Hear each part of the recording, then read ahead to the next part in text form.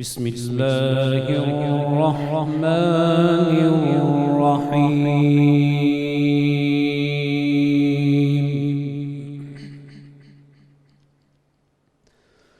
يا نساء النبي لستن كأحد من النساء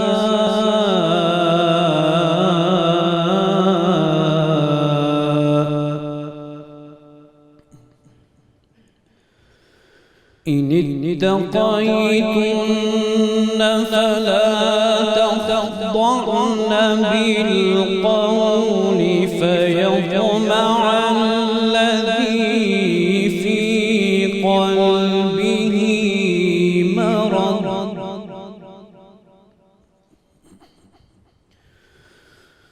إن اتقيتن فلا تخضعن بالقول فيطمع الذي في قلبه مرض وقلن قولا معروفا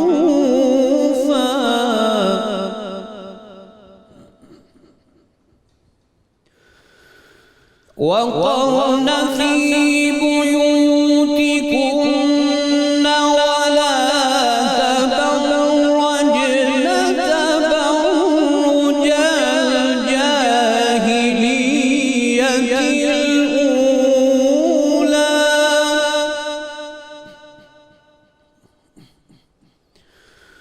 وأقمنا الصلاة وآتينا الزكاة وأطعنا الله ورسوله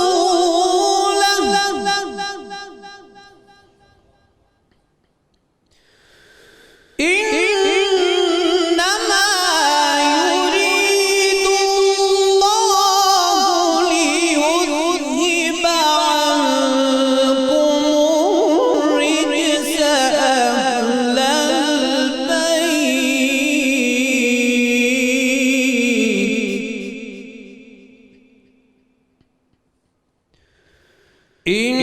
إنما يريد الله ليذهب عنكم الرجس أهل البيت ويطهركم تطهيرا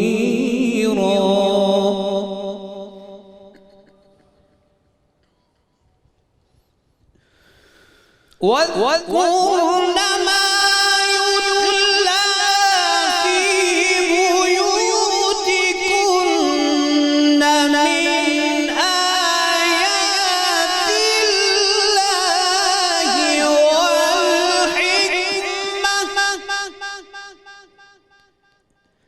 إن الله كان لطيفا خبيرا. صدق الله العلي العظيم. سبحان اللہ. یہ تھے قاری سید خالد حمید کاظمی صاحب جو تلاوت کلام پاک سے ہمارے قلوب کو منور فرما رہے تھے. الحمدللہ رب العالمین والصلاة والسلام علی سید الانبیاء والمرسلین. اللہم صلی علی سیدنا و مولانا محمد وعلی آلہ واصحابہ مبارک وسلم وصلی علیہ. دنیا کے تمام دیکھنے والوں کو، تمام چاہنے والوں کو، تمام پیار کرنے والوں کو اور جہاں جہاں تک اس وقت میری آواز کو سنا اور مجھے دیکھا جا رہا ہے، جنید اقبال کی جانب سے انتہائی محبت کے ساتھ السلام علیکم. ایک بار پھر ناظرین میں آپ کو رحمت رمضان کی خصوصی براہ راست نشریات میں سحری کے سسین سے موقع پہ اور رحمت کے عشرے کی آخری سحری کے موقع پہ خوش آمدید کہتا ہوں۔ ناظرین کرام، ہماری آپ کی اس سے بڑھ کر خوش بختی اور کیا ہوگی کہ آج ہم اس پاک مطہر مکرم اور محترم ہستی کی بارگاہ میں ہدیہ عقیدت پیش کر رہے ہیں جو دنیا کے تمام مومنین کی امی جان ہیں۔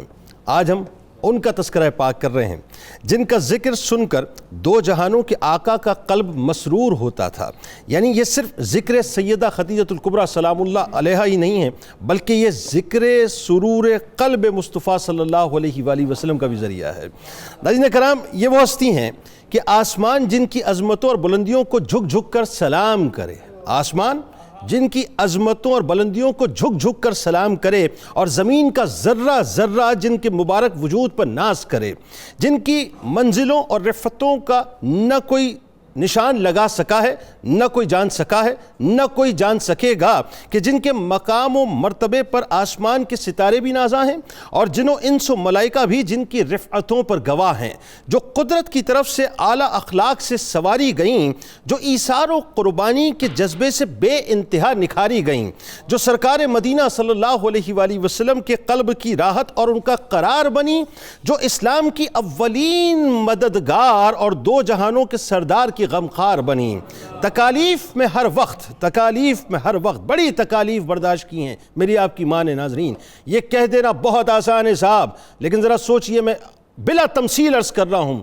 ظاہر ہے دنیا کی تو مثال دی نہیں جا سکتی، لیکن جس کا تعلق سپر ایلیٹ کلاس سے ہو وہ میری بات کو سمجھ سکتا ہے کہ سپر ایلیٹ کلاس سے تعلق رکھنے کے بعد ایک وقت وہ آئے کہ جہاں پتے ابال کے پینا پڑیں۔ ذرا سوچئے ناظرین کہ قربانی کا کیا عالم ہوگا کہ تکالیف میں ہر وقت جو محبوب خدا کے ساتھ کھڑی رہیں، پتے کھا کر بھی جو شیبی ابی طالب میں ڈٹی رہیں، جن کے کردار کو مکے کی فضائیں جھک جھک کر سلام کرتی تھیں، جو جہالت زدہ معاشرے میں بھی وقار کی بلندیوں پر رہا کرتی تھیں، جو کفر کے دور میں بھی خانہ کعبہ میں وقت گزارا کرتی تھیں، زمانے کے انقلاب پر بھی جو وقتاً فوقتاً گفتگو فرمایا کرتی تھیں۔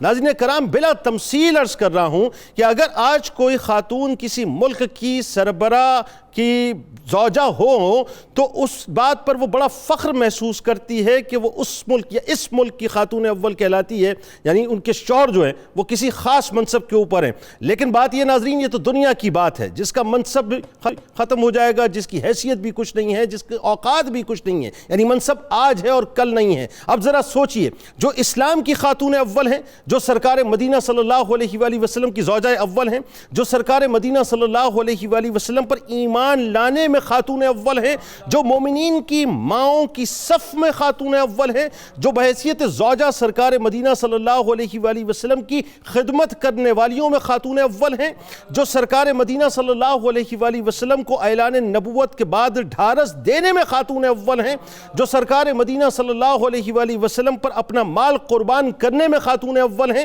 جو سرکار مدینہ صلی اللہ علیہ وآلہ وسلم پر اپنا سب کچھ قربان کرنے میں خاتون اول ہیں، جو سرکار مدینہ صلی اللہ علیہ وآلہ وسلم سے پیار کرنے میں، محبت کرنے میں، عقیدت کرنے میں، زوجہ جتنی بھی ازواج مطہرات ہیں ناظرین ان میں خاتون اول ہیں، جو حضور نبی کریم صلی اللہ علیہ وآلہ وسلم کو دعوت اسلام میں پیش آنے والے غم اور تکالیف کو سہنے میں خاتون اول ہیں، جو نبی کریم صلی اللہ علیہ وآلہ وسلم کی ہمت باندھنے اور بلند ہمتی کے ساتھ ہر آڑے وقت میں آپ کا ساتھ دینے میں خاتون اول ہیں، جو جبرائیل علیہ السلام کے ذریعے آسمانوں سے اللہ کی طرف سے وصول کیے جانے والے سلام میں خاتون اول ہیں، جو اللہ کی طرف سے جنت کے حسین محل کی بشارت وصول کرنے میں خاتون اول ہیں، جو سرکار مدینہ صلی اللہ علیہ وآلہ وسلم کے ساتھ تکلیفوں اور مصائب کو برداشت کرنے میں خاتون اول ہیں، جو قدرت کے کارخانے سے لولا کلمہ خلقت الافلاق کا تاج سجا کر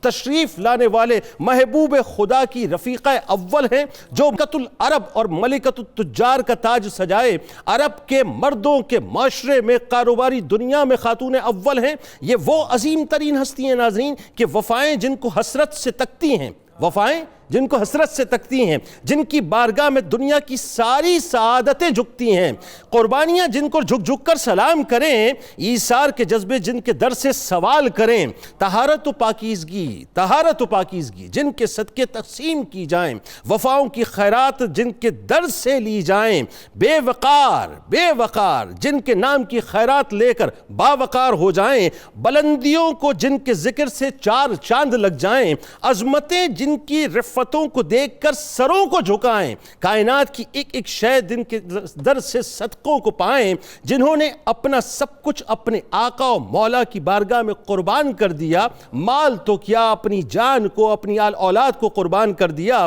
جن کا مال دین اسلام کی عمارت کی بنیادوں میں ملا، جن کو نہیں چاہیے تھا اپنی قربانیوں کا کوئی بھی صلہ، جو جنتی جوانوں کے سردار کی نانی جان ہو، جو سیدہ کائنات کی امی جان ہو، جو مولا کائنات مولا علی کرم اللہ وجہ الکریم کی ساس ہو، جو طیبہ بھی ہو طاہرہ بھی ہو، جو طیبہ بھی ہو طاہرہ بھی ہو، بس یوں کہیے ناظرین کہ جو ہماری عقیدتوں ہماری محبتوں کا مرکز بھی ہو، ہم اپنا سر جھکا کر ان کو حضرت خدیجۃ الکبریٰ سلام اللہ علیہا کہہ کے پکارتے ہیں۔ آج انشاءاللہ ان کی بارگاہ میں ہدیہ عقیدت پیش کریں گے ناظرین، اور ہمارے ساتھ آپ رہیں گے، کیونکہ آج کا پروگرام میں نہیں جانتا کہ عقیدتوں کی کس منزل پہ ہمیں لے کے جائے گا، لیکن میں ایک بات ضرور جانتا ہوں کہ ہم اور آپ مل کر اس منزل پر پہلا قدم رکھیں گے، باقی قدم وہ رکھوائیں گے انشاءاللہ، اور اس یقین کے ساتھ کہ کل بروز محشر جب ہمارے قدم ڈگمگا رہے ہوں گے، جب ہم عقیدتوں کی منزل پہ ناظرین قدم رکھیں گے نا، تو اس یقین کے ساتھ رکھیں گے کہ کل بروز محشر خدا نہ خواستہ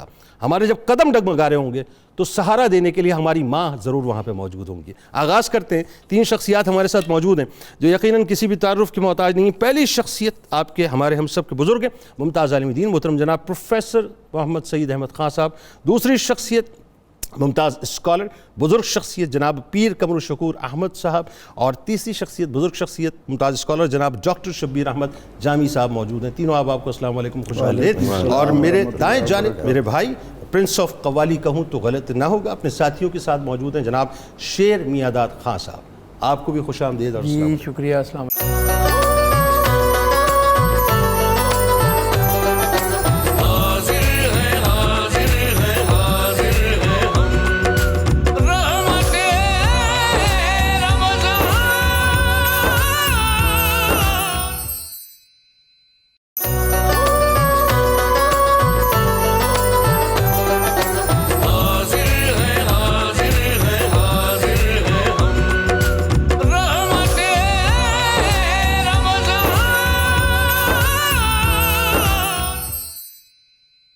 پروفیسر صاحب، میرے خیال ہے سب سے پہلے آغاز تو ہمیں وہیں سے کرنا چاہیے کہ امہات المومنین کو اللہ تبارک و تعالیٰ نے جو مقام اور مرتبہ عطا کیا، اور خاص طور پر قرآن میں جو ذکر آتا ہے، میرے خیال ہے آغاز وہیں سے کیجیے۔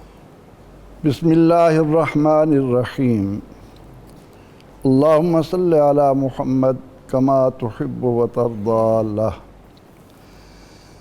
ان انتہائی مقدس و مطہر امہات المومنین کا ذکر زبان پر لاتے ہوئے آغاز میں اس بات سے کروں گا کہ اعلیٰ حضرت علیہ الرحمہ نے کیا خوب کہا کہ اہل اسلام کی مادران شفیق، اہل اسلام کی مادران شفیق، بانوان طہارت پہ لاکھوں سلام۔ اللہ اکبر، اللہ اکبر، سبحان اللہ۔ قرآن حکیم کا جب ہم یہ اسلوب سامنے رکھیں کہ الطیبات للطیبین، واہ، قرآن نے کہا کہ طیبون کے لیے طیبات ہیں، درست، پاک کے لیے پاک ہیں۔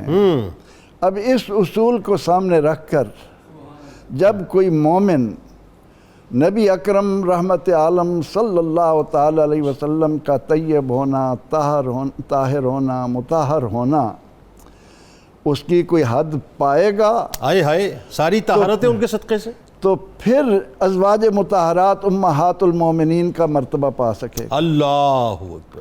جب نبی رحمت صلی اللہ تعالی علیہ وسلم ایسی بلندیوں پر ہیں کہ جہاں تک کسی کی نظر جا ہی نہیں سکتی، امہات المومنین بھی اولاد آدم میں وہ مقدس و معطر خواتین ہیں کہ جن کی طہارت، جن کا طیب ہونا، اور خصوصاً جب ہم اپنی اس پہلی اماں جان سیدہ خدیجۃ الکبریٰ سلام اللہ علیہا کا نام زبان پر لاتے ہیں تو ان کے بارے میں محدثین، مورخین، مدققین، مفسرین سب کا سب متفق کا طور پر کہتے ہیں کہ یہ تو حضور علیہ السلام کے دامن رحمت میں آنے سے پہلے پورے جزیرہ عرب میں طاہرہ کے لقب سے پکاری جاتی تھی۔ سبحان اللہ، سبحان اللہ۔ قرآن کیا کہتا ہے؟ قرآن کہتا ہے کہ ازواجہ امہاتہم، میرے نبی کی بیویاں مومنوں کی مائیں ہیں۔ قرآن کریم نے ہم نے آغاز ہی کتنے پیارے کلمات سے کیا کہ یا نساء النبی لستن کاحد من النساء۔ اللہ خالق و مالک کا جب یہ فیصلہ ہو کہ دنیا کی کوئی عورت امہات المومنین جیسی ہو ہی نہیں سکتی، پھر یہ کہ ان مقدس و معطر امہات المومنین کی بدولت نبی رحمت صلی اللہ علیہ وسلم کے اس مرتبے کو دنیا کے سامنے رکھا کہ اہل ایمان کو اللہ نے حکم دیا کہ میرے نبی کے دامن رحمت آپ کے حرم میں پاک میں آنے والی میرے محبوب علیہ السلام کے وصال کے بعد بھی وہ قیامت تک آنے والے مومنوں کے لیے ماں ہیں، ان سے کسی کو نکاح کی اجازت نہیں۔ اللہ اکبر، اللہ اکبر۔ یہ وہ مقدس مائیں ہیں جن کی بدولت قرآن حکیم نے دنیا کو حیات النبی کا مسئلہ بھی کس خوبصورت انداز میں سکھا دیا۔ پھر ایک اور بات قرآن کریم نے ہمارے سامنے رکھی کہ نبی رحمت صلی اللہ علیہ وسلم کو کائنات کی ہر شے سے بڑھ کر دلوں میں بسا لینا، آنکھوں کا نور بنا لینا، یہ ایمان کی پہچان ہے۔ ٹھیک ہے۔ اور یہ امہات المومنین ہیں جن کے بارے میں قرآن کہہ رہا ہے کہ وہ آپ صلی اللہ علیہ وسلم سے کیا محبت رکھتی تھیں کہ جب باری آتی کہ آپ نے اپنا دامن رحمت ہمیں دکھانا ہے، قدوم میمنت لزوم سے نوازنا ہے، تو پھر ایک ایک کی خواہش ہوتی تھی کہ آ گئے ہیں تو بس جانے نہ پائیں، دیدار کی لذتیں میں ہی لوٹتی رہوں۔ اور اس کے لیے ازواج مطہرات نے کیا کیا جتن کیے، لیکن معلوم ہے کہ آقا علیہ السلام کو یہ بات پسند ہے، لگ جاتی ہیں شہد تیار کرنے میں کہ جتنی دیر اس میں شہد تیار کرتی رہوں گی اتنی دیر تو میرے آقا میرے سامنے رونق افروز رہیں گے۔ اللہ اکبر۔ تو ان مقدس ماؤں نے کس کس انداز میں قرآن حکیم کی روشنی میں مسلمانوں کو بتایا کہ اللہ کے نبی علیہ الصلاۃ والتسلیم کو اللہ کا محبوب جان کر اپنی تمام تر توانائیاں خواہ وہ فکری ہوں، عملی ہوں، ان کو راضی کرنے کے لیے صرف کرو گے تو دین و دنیا کی سعادتوں سے نوازے جاؤ گے۔ اللہ رب العزت نے قرآن کریم میں یہ فرما کر کہ انما یرید اللہ لیذہب عنکم الرجس اہل البیت ویطہرکم تطہیرا، اس کا پہلا مصداق اللہ تعالیٰ نے حضور سید عالم صلی اللہ علیہ وسلم کی ازواج مطہرات کو قرار دے کر ان کی پاکیزگی کا، ان کی طہارت کا، ان کی عظمتوں کا، ان کی رفتوں کا قیامت تک کے لیے ذکر کر دیا تاکہ قیامت تک آنے والے اولاد آدم میں سے جن کو بھی ایمان نصیب ہو وہ اپنی ان مقدس ماؤں کے اس مرتبہ مقام کو سامنے رکھ کر ان کی بارگاہ میں ادب کے ساتھ نظریں جھکائے رکھیں، ان کے بارے میں یہ جرت نہ کرنے پائے کہ کوئی ایسا لفظ لائے، اور ہمت ہو بھی کیسے سکتی ہے کہ اگر ام المومنین کا ایک صاحبزادہ چھوٹی عمر میں اللہ کی حکمت کے تحت رخصت ہو جائے اور اس موقع پر مکہ کا کوئی یہ کہہ دے، ابتر کا لفظ استعمال کر دے، معاذ اللہ ثم معاذ اللہ، تو اللہ رب العزت ان کی عظمتوں کو یوں کہہ کر بڑھائے کہ انا اعطیناک الکوثر، اللہ اکبر، اور پھر اللہ تعالیٰ کی طرف سے آئے کہ ان شانئک ھو الابتر، یہ امہات المومنین کی بدولت ہی دنیا کو پتہ چلا کہ کس طرح اللہ تعالیٰ نے آقا علیہ السلام کی طرف بڑھنے والے قدم کو کتنی قوت اور طاقت کے ساتھ، کس جلالت شان کے ساتھ اس کے منہ پر مارا کہ امہات المومنین میرے نبی علیہ الصلاۃ والتسلیم کے دامن رحمت سے وابستہ ہیں، اور ان کو میں نے یہ شان عطا فرمائی ہے کہ ان کے گھروں میں جبریل قرآن لے کر جاتے ہیں۔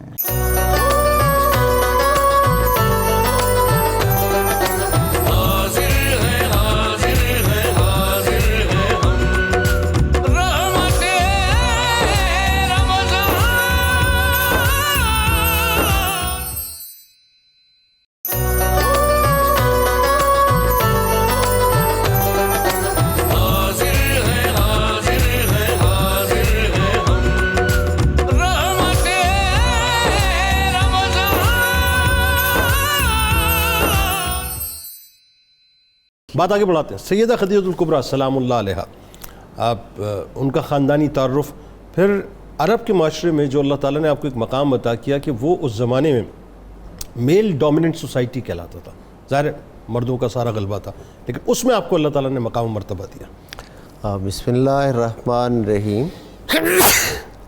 ام المومنین حضرت خدیجہ الکبریٰ سلام اللہ علیہا جناب خویلد کی صاحبزادی ہیں، اور اللہ رب العزت نے خاص شرف ان کے لیے جو قائم کیے ہیں، ان کی فہرست بہت لمبی ہے۔ ہاں ایسا ہی بنو اسد قریش کے قبیلہ کی ایک شاخ ہے جس سے آپ کا تعلق ہے، اور بنو اسد کو مکہ مکرمہ کے یعنی بنو اسد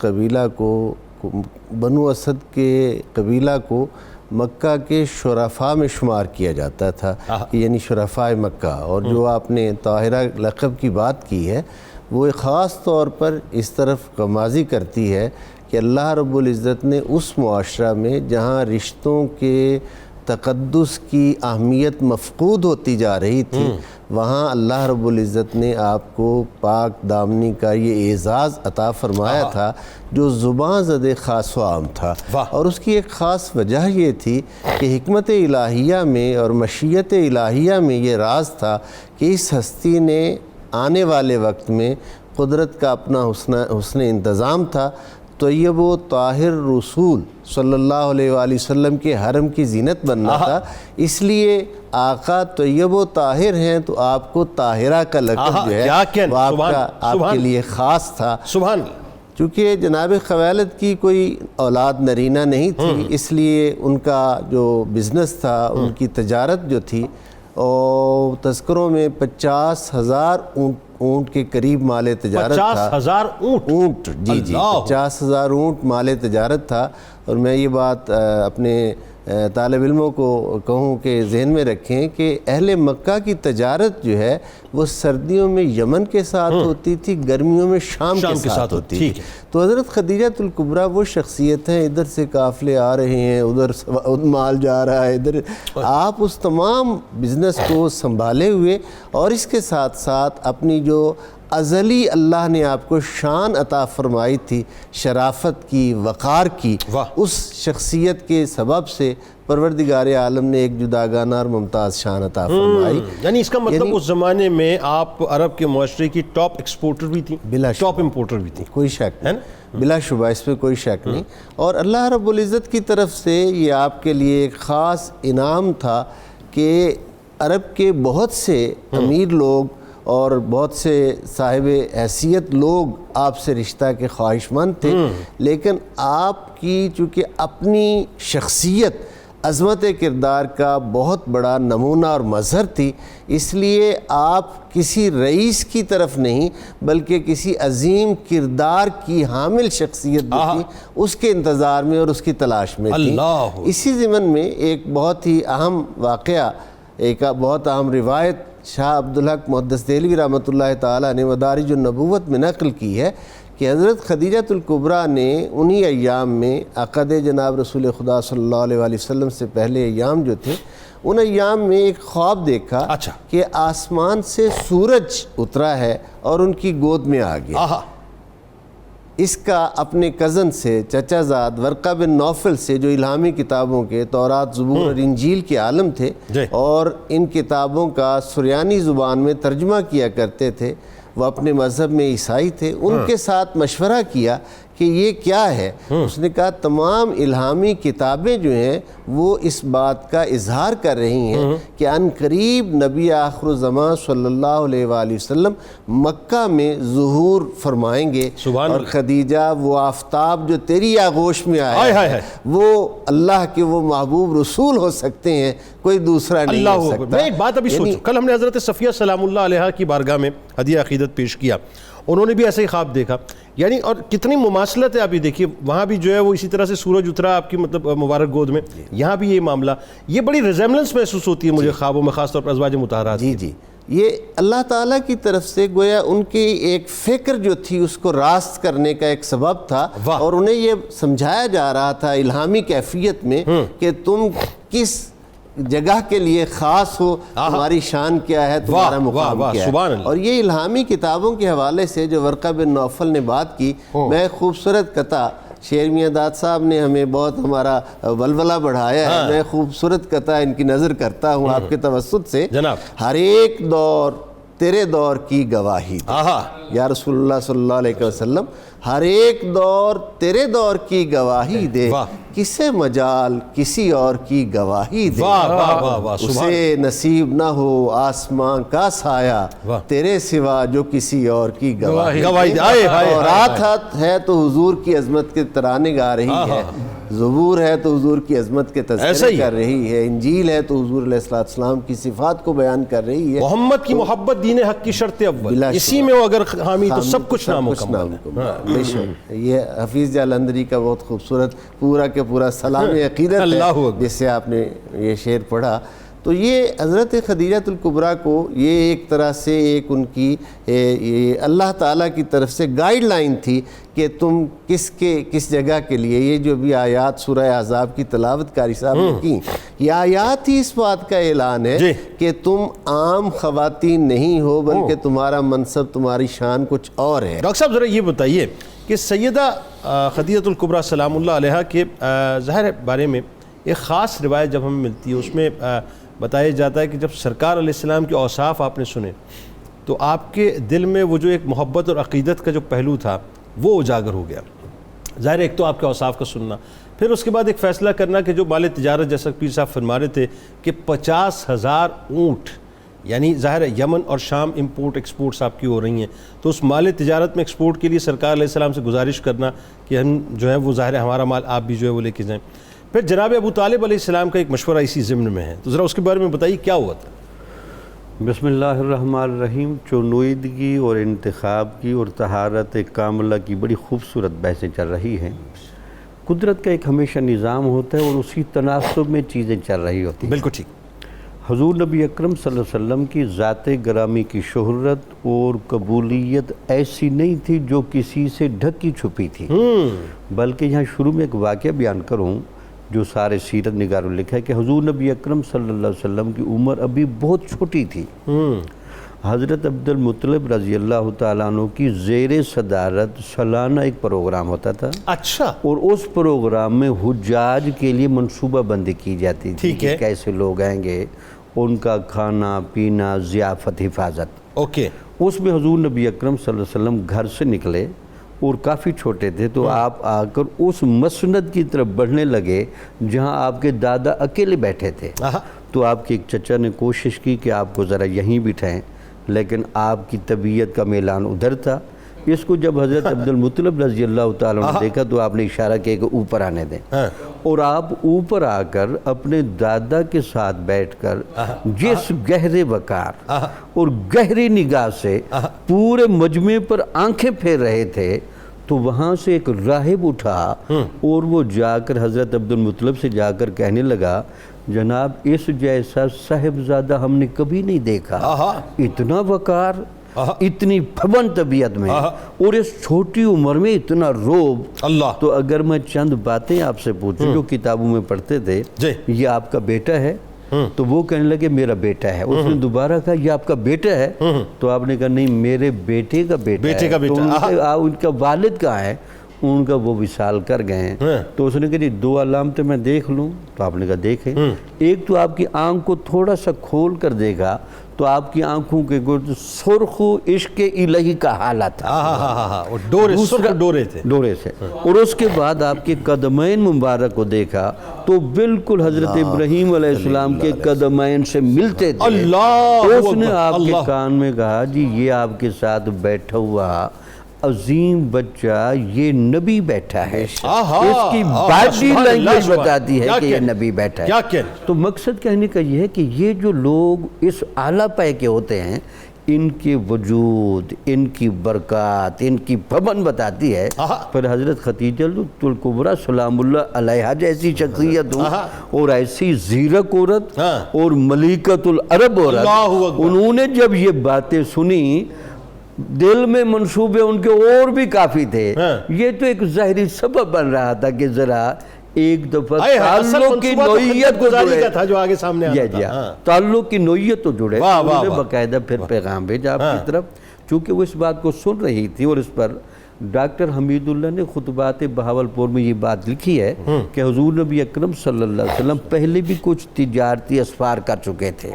اور سب کو معلوم تھا کہ ان کو جو خریداری کے اصولات ہیں اور جس چیز سے یہ گاہک کو ڈیل کرتے ہیں یہ ہو نہیں سکتا کہ آپ کسی جگہ مال لے کر کھڑے ہوں اور گاہک وہاں سے ویسے گزر جائے.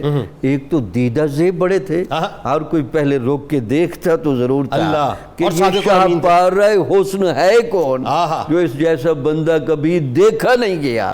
پھر آپ سے جب وہ باتیں کرتا تھا، یہ جو قرآن کا حکم ہے کہ یہ جو خرید و فروخت ہے نا یہ دونوں طرف سے باہمی رضامندی قلبی کے ساتھ ہوتی ہے. ہم تو باہمی رضامندی ظاہری تو چیک کر سکتے ہیں لیکن نگاہ نبوت وہ باطنی رضامندی بھی چیک کرتی تھی. تو ہر گاہک جو لے کر جاتا تھا جب تک جاتا تھا نگاہ چہرہ مصطفیٰ پر آتی تھی. یار دیکھنے میں تو یہ بندے ہیں لیکن میں مال لے جا رہا ہوں لیکن یار اس طرح کا بندہ کبھی دیکھا نہیں، یہ کون ہے؟ تو یہ باتیں انہوں نے سن رکھی تھی. انہوں نے خود پیغام بھیجا آپ کی طرف بھی آپ میرا مال تجارت لے کر دیں.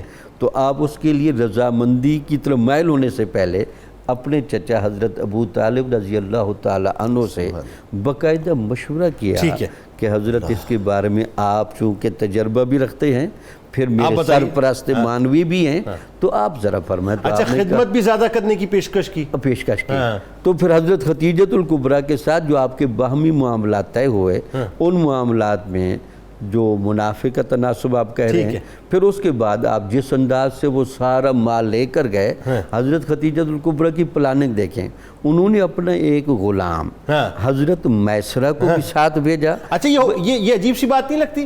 یہ کیسی عجیب سی بات ہے کہ تعلق ان سے قائم کیا ہے، ان کو نفع دینا ہے، لیکن غلام کیوں بھیجا جا رہا ہے ساتھ ساتھ؟ غلام اس لیے بھیجا جا رہا ہے تاکہ ان کے اعتبار سے تو مجھے معلومات جو پہلے مل چکی ہے اس کی تصدیق ہو. دوسرا ان کو یہ بھی اندازہ تھا کہ یہ جس خرامہ ناز انداز سے چلتے ہیں لگتا یہ ہے کہ فرشتے ان کے ساتھ رہتے ہیں. تو ان کو ذرا دیکھیں کہ وہاں یہ کیسے جاتے ہیں، بیچتے کیسے ہیں، لاتے کیسے ہیں. یہی وجہ تو تھی کہ ابھی مال تجارت کا نفع آپ لا رہے ہیں اور حضرت خدیجہ الکبریٰ سلام اللہ علیہ چھت پر کھڑے ہو کر وہ سارا منظر دیکھ رہی ہیں اور اس کو چیک کر رہی ہیں کہ یہ صرف ظاہری مال کے سودے نہیں، یہاں روحانی منابع کی بھی بڑی کثرت ہے. اللہ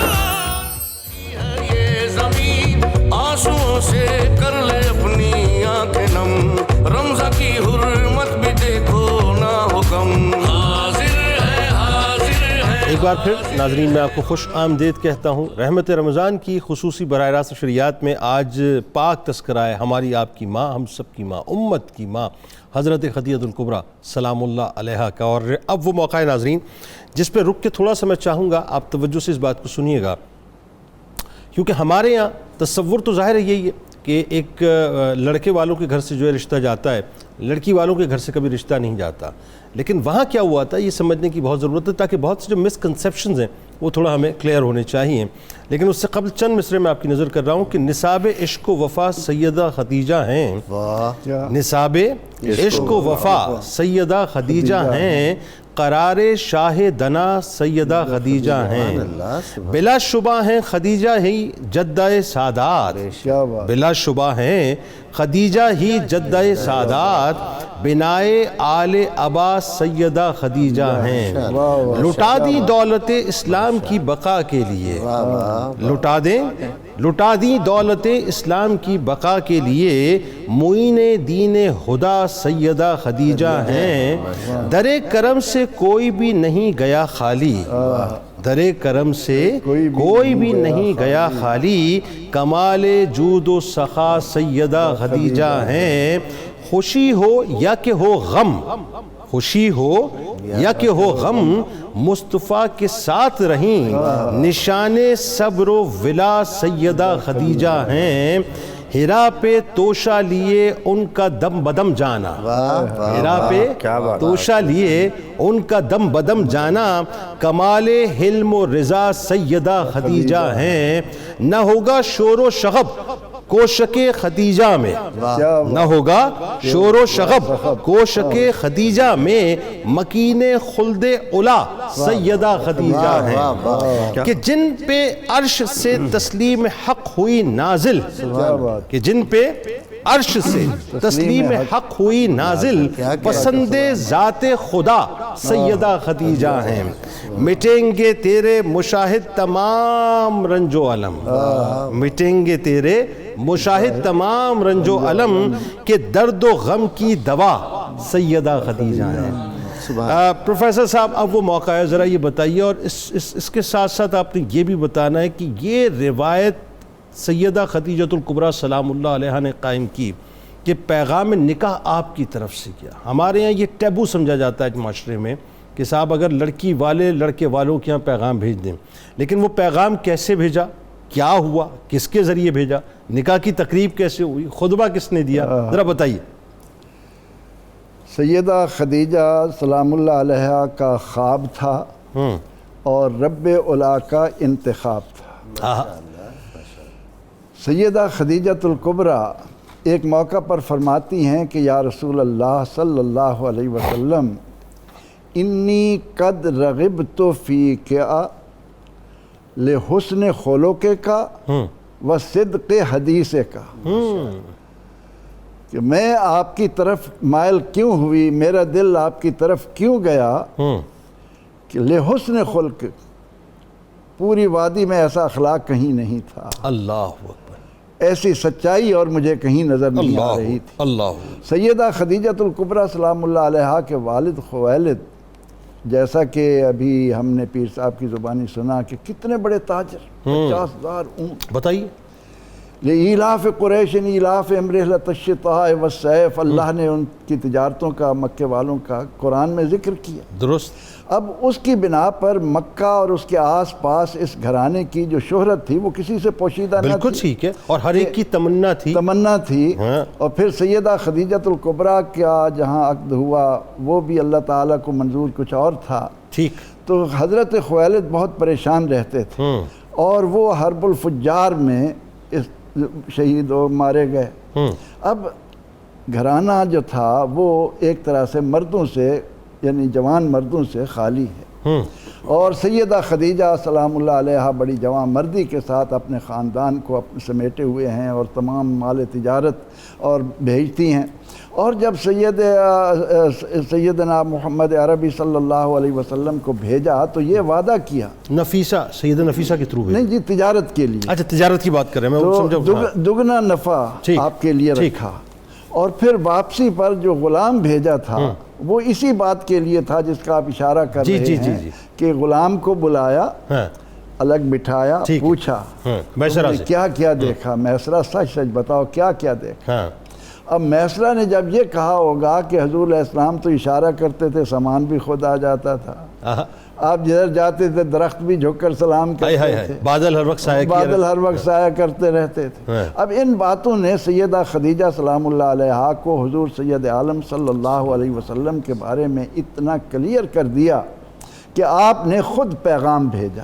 اللہ، حضور سید عالم صلی اللہ علیہ وسلم نے اپنے پیارے چچا حضرت ابو طالب سے مشورہ کیا۔ نفیسہ جب پیغام لے کر آئیں تو سیدنا ابو طالب اس بات کے لیے آمادہ ہوئے، اور اس کے بعد جب یہ طے ہوا کہ نکاح کے لیے جانا ہے تو سیدنا ابو طالب رضی اللہ عنہ یہ نہیں کہ بھتیجے کو لے کر چلے جائیں، آپ نے اشراف قریش کی ایک جماعت کا انتخاب کیا، پورے مطلب جو قبیلہ تھا، جو خاندان تھا، پورے پروٹوکول کے ساتھ، پورے وقار کے ساتھ کہ ملکہ عرب کی شہنشاہ خاتون کے گھر جا رہے ہیں، جن کی دولت کا کوئی انتہا نہیں، جن کے نسب کا، جن کی شرافت کا، جن کے اخلاق کا دھوم ہے۔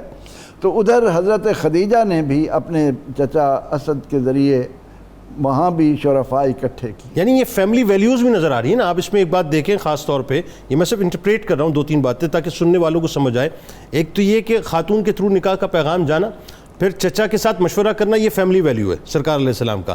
چچا کو ساتھ لے کے جانا، بڑوں سے مشاورت کرنا، وہاں بھی بڑوں کی انوالومنٹ ہونا، بڑوں کی رضامندی کے ساتھ سارے کام کرنا۔ جی جاری رکھیے۔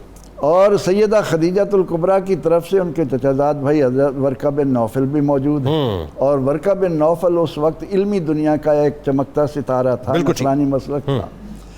اب حضور سید عالم صلی اللہ علیہ وسلم ظاہری طور پر تو سیدنا حضرت ابو طالب کے ساتھ جا رہے ہیں، لیکن یہ تو آنکھیں ہی دیکھ رہی ہوں گی کہ کس طرح فرشتوں کا جھرمٹ اس رات کے پہلا نکاح محبوب خدا کا، آئے ہائے ہائے، کس شان سے دولہا بن کر آپ صلی اللہ علیہ وسلم خدیجۃ الکبریٰ کے مکان کی طرف جا رہے ہیں۔ مطلب یہ کہیے کہ ظاہری طور پہ تو باراتی جو ہے قریش قبیلے کے لوگ تھے، لیکن بارات تو میرا خیال ہے زمین سے لے کے آسمان تک جو ہے فرشتوں کی ساتھ ساتھ ہوگی۔ کل ہم ذکر کر رہے تھے کہ سیدہ صفیہ کے نکاح میں 70,000 فرشتے ہیں۔ ہاں بالکل ایسے، لیکن یہ تو امہات المومنین کی بھی سردار ہیں۔ اللہ اکبر۔ آپ جیسا شرف تو 4 جن خواتین کو نبی اکرم رحمت عالم صلی اللہ علیہ وسلم نے مرتبہ مقام دیا، ان میں سیدہ خدیجہ کبریٰ رضی اللہ عنہا کا مقام کتنا بلند ہے۔ بالکل ٹھیک ہے۔ تو بہر کیف ظاہری طور پر چونکہ ابھی نبوت کا اعلان نہیں ہوا، اور وہاں جا کر جب محفل منعقد ہوئی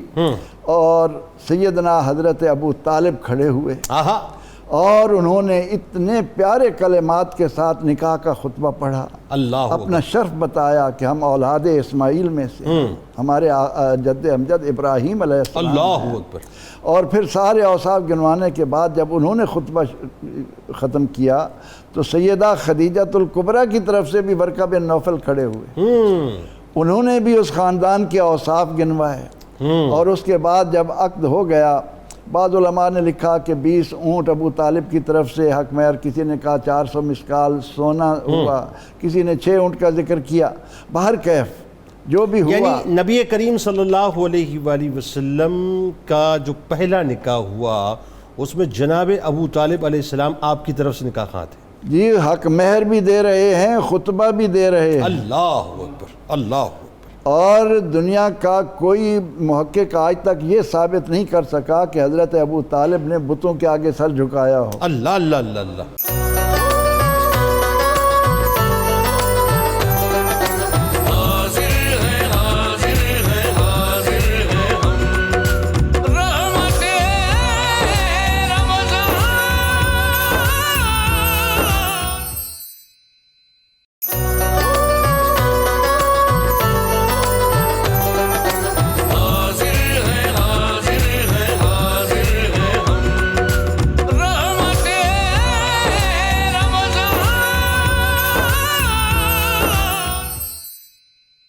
بات آگے بڑھاتے پیر صاحب، اب یہ وہ موقع آ گیا جناب ابو طالب علیہ السلام آپ کی ریپرزنٹیشن کر کے جو خطبہ دے رہے ہیں، وہاں سے بھی خطبہ دیا جا رہا ہے، اور دونوں طرف سے جو ہے فضیلتیں بیان ہو رہی ہیں.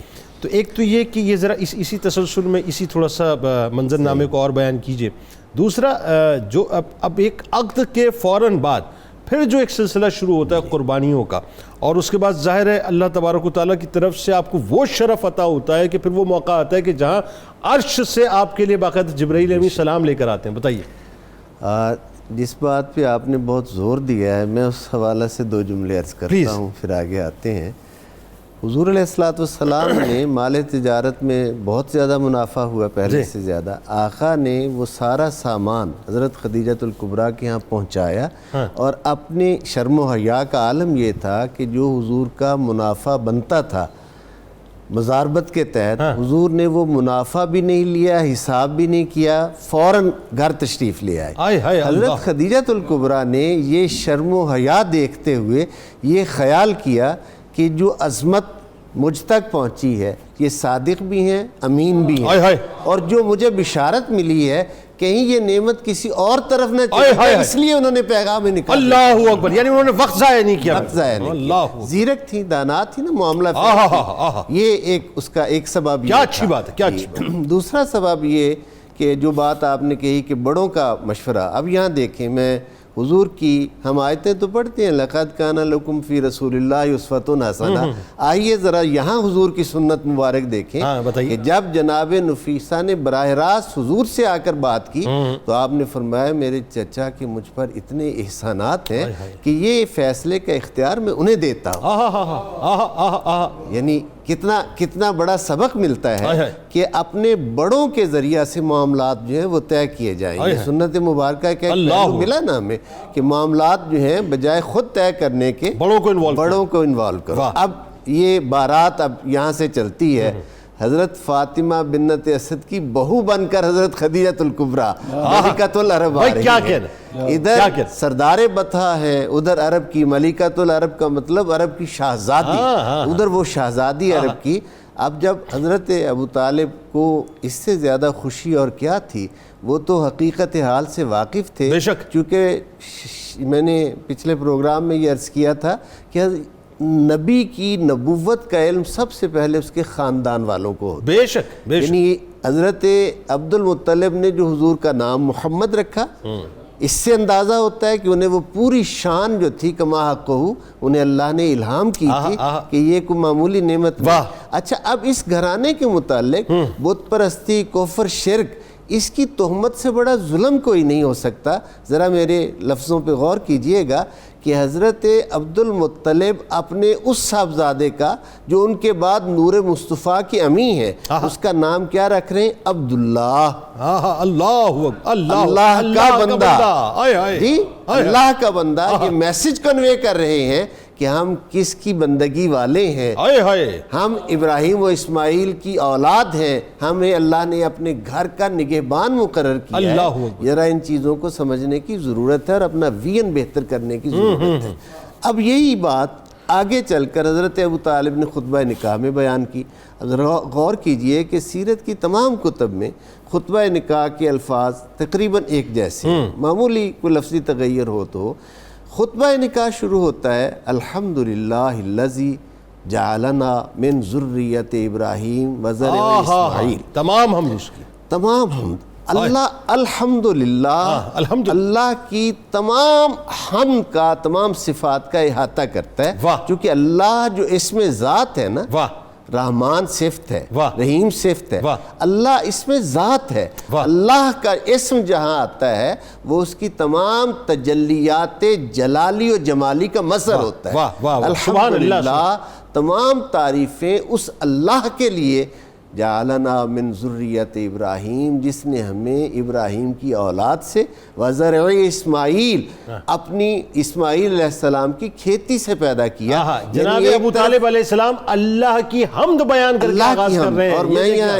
ایک میرے وجدان کا ایک جملہ ہے، میں نے کہیں پڑھا نہیں ہے، میں عرض کر دیتا ہوں کہ نزول وحی ابھی 15 برس بعد اس کا سلسلہ شروع ہونا ہے، اور قرآن کے پہلے حرف ہی الحمدللہ رب العالمین کے حرف، لیکن خطبہ نکاح کا آغاز الحمدللہ کے الفاظ سے کیا جاتا ہے. ذرا سمجھنے والی بات ہے. ڈاکٹر صاحب، اب پھر ایک اور منظر نامہ ہے اور وہ ہے پہلی وحی کا. یعنی سرکار علیہ السلام کا ظاہر ہے چونکہ اسی تسلسل میں غار حرا آپ کا جانا، وہاں پر آپ کا رکنا، ٹھہرنا، پھر اللہ کی یاد میں مشغول رہنا اور بار بار آنا جانا، اور اسی تسلسل میں پہلی وحی نازل ہو رہی ہے. پھر پہلی وحی لے کر جو آپ حجرہ سیدہ خدیجۃ الکبریٰ سلام اللہ علیہا میں پہنچتے ہیں، تو وہ جو آپ کا کردار ہے اس وقت، یعنی اتنا بڑا مشن جس کا آغاز ہونے جا رہا ہے، دین اسلام کی ترویج کا آغاز ہونے جا رہا ہے، وہاں آپ نے جو ڈھارس دی ایک بیوی کی حیثیت سے، وہاں جو آپ نے خراج تحسین پیش کیا جن الفاظ میں، بتائیے ذرا. بسم اللہ الرحمن الرحیم. بڑی خوبصورت بات چل رہی ہے. اللہ تعالیٰ نے ایک بڑا نظامی مطابقت رکھا ہوتا ہے. حضرت عائشہ صدیقہ رضی اللہ تعالیٰ عنہ راوی ہیں کہ حضور نبی اکرم صلی اللہ علیہ وسلم نے فرمایا کہ جب مجھے باقاعدہ نبوت کے اعلان کے لیے تیار کیا جانے لگا تو مجھے اچھے خواب آنا شروع ہو گئے. ٹھیک. اور پھر اگلے دن جو میں خواب میں دیکھتا تھا واقعی اسی طرح واقعہ پیش آتا تھا. اب یہ دیکھیں کہ حضور نبی اکرم صلی اللہ علیہ وسلم نے وہ نزول وحی کا آغاز ہونے والا ہے، اس سے کچھ عرصہ پہلے آپ نے غار حرا میں جانا شروع کر دیا. ٹھیک ہے. جو لوگ یہ سمجھتے ہیں کہ اعلان نبوت اور علم نبوت جو حضور کو تھا وہ کٹھا ہوا، تو وہ اس بات کو سمجھنے کی کوشش کرے علم نبوت آپ کو اپنے بارے میں پہلے سے تھا، سبحان اللہ. لیکن اعلان نبوت کے ساتھ وہ مطابقت پیدا کرنے کے لیے آپ یہ مراحل طے کر رہے ہیں. تو جب آپ وہاں وہ مراحل طے کرتے ہیں، اب سوال یہ ہے کہ حضرت خدیجۃ الکبریٰ سلام اللہ علیہا کی گہرائی طبیعت کی دیکھیں.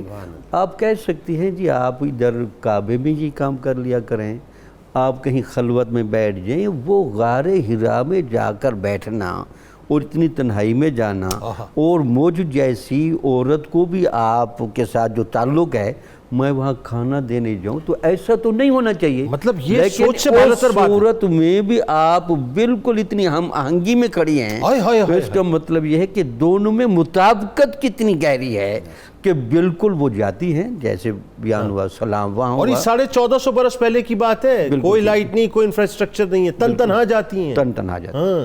اچھا پھر جب وہ تکمیل کے مراحل مکمل ہو گئے، نبی کے بارے میں ہمیشہ یاد رکھیں نبی چونکہ جامع ہوتا ہے جسم اور روح کا.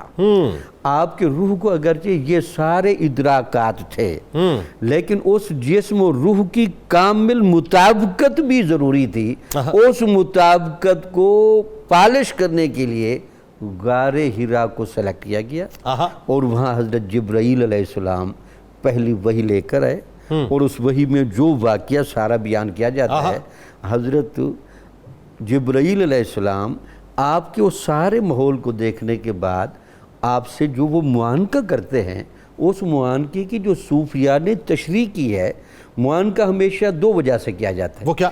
ایک یہ کہ جو دینے والا ہے وہ دینا چاہتا ہے، لینے والا لے.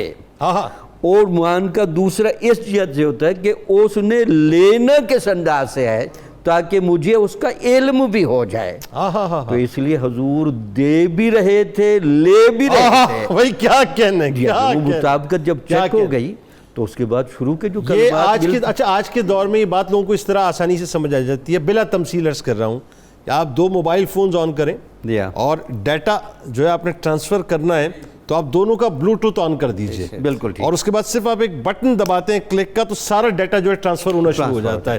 تو یہ 1450 برس پہلے جو ہے جبرائیل امین نے کر کے دکھا دیا، وہ کر رہے ہیں. یہی وجہ تھی لوگوں نے جو معانقے کی جو اور تشریح کی ہیں وہ علمی اور تحقیقی اعتبار سے وہ درجہ نہیں رکھتی.